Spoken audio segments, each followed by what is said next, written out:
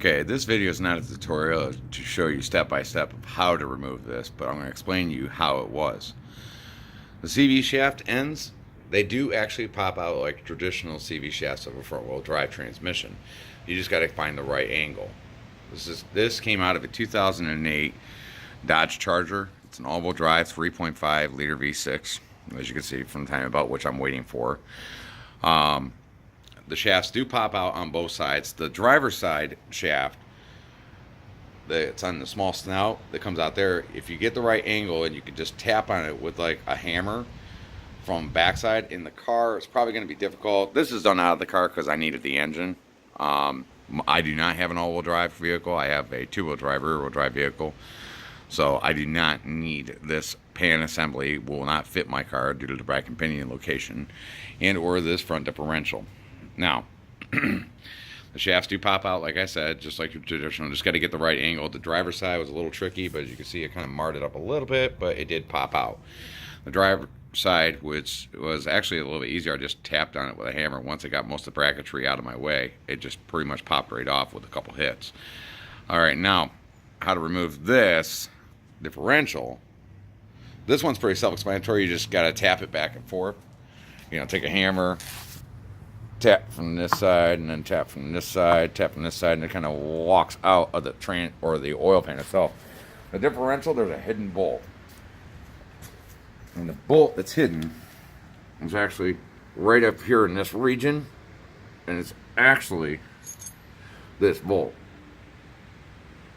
which is, I used an actual 7/16, I believe. That's an 11 millimeter. This is a, as you can see, 7/16, and the bolt goes on there and holds pretty well. I use a secondary because you cannot get a socket in there. Even though I have the socket, you cannot get a socket and ratchet up in this location. So you have to go after it with a wrench. So I just use the 7/16. If you got a long 7/16, it'll work. I don't know if a 6-point will do. It probably should. Have no problems. I used the 12-point because that's what I had on hand. And basically I just, you know, extended the wrench with the back side of this in here and just pry it up with that, making the longer brake bar, which is about 1 foot long. And that's how I got that bolt. There's a hidden bolt. On the other ones, where you see these holes right here, there's bolts on the back side. These bolts right here come through like this, holding the differential in. Now, there's also 2 doweling pins. You got one right here, and then there's another one right here. It's just a dowel for the differential to sit in there, so when they do this on the assembly line, they can slap the differential up against the pan. It'll stay there while they get the bolts in. Now the shaft, the whole long shaft assembly actually is a part of this piece right here. There was a C-clip that I did remove, but it doesn't look like it needed to be removed because this side of the differential came off first, it leaving that shaft exposed. And the shaft just actually sits in there. It's not really anything because the bolts holding it to the pan hold it together. The clip, the C-clip that I removed, was actually inside of here. Now, I've not pulled this apart because I don't need it and I don't want to fully dismantle it. It's nothing to me. But there was a C-clip in there. I don't think I had to remove that because once I tapped on either side of this housing, it walked out and it popped right off and came right off once you get it past this collar portion right here. So that's my explanation of how these things do come apart.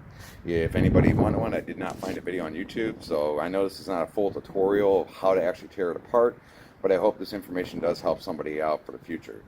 I did not do this in the car. We ripped the motor out of the junkyard, which was a literal pain in the ass with the CV shafts that were still sticking out of it that we couldn't get out of the junkyard. I did the same trick here and it actually worked. So in, you know, a scenario where you're replacing the differential or whatever, oil pan, because maybe you hit a rock and it shattered it,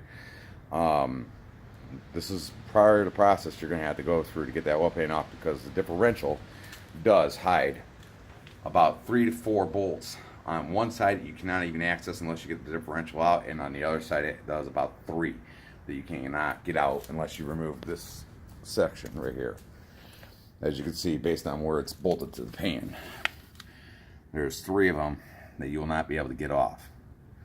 So if you have to remove the oil pan and all-wheel drive Chrysler 3.5 300, Dodge Magnum, or Dodge Charger, or even now the new Challengers, but that's a different motor now. It's a 3.6 Pentastar. This is the 3.5 Chrysler.